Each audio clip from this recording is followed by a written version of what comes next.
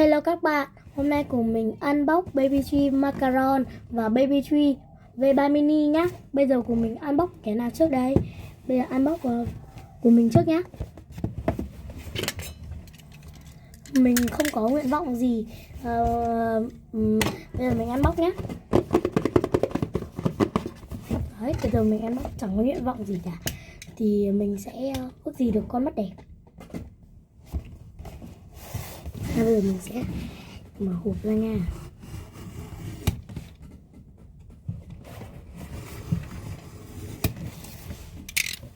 Unbox của mình nha.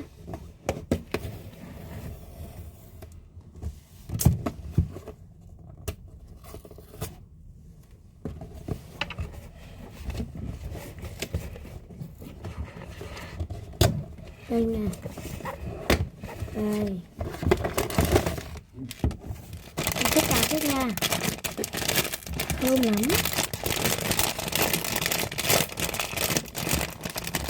Unbox của mình nha.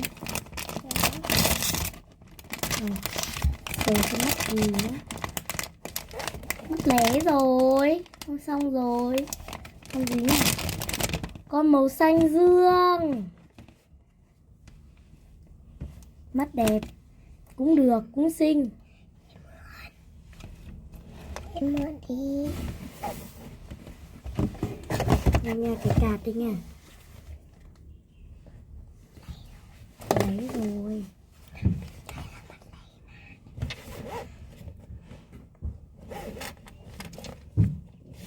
Nè, lẻ nhưng vẫn thơm. Lẻ vẫn thơm nha. Vẫn thơm nha.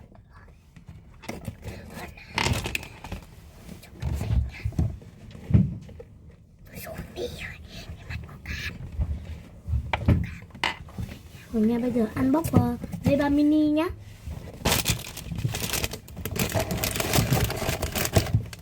Đây để mình để cho.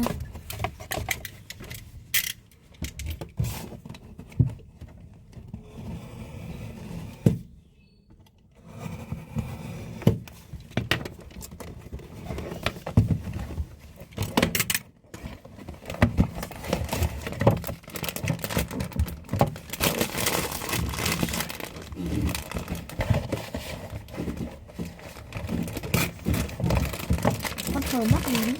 Con sờ mắt gì đấy? Con được không? Mắt gì? Mắt lé. Mắt gì? Mắt lé. Mắt lé. Đây nha, con thỏ. Mắt lé.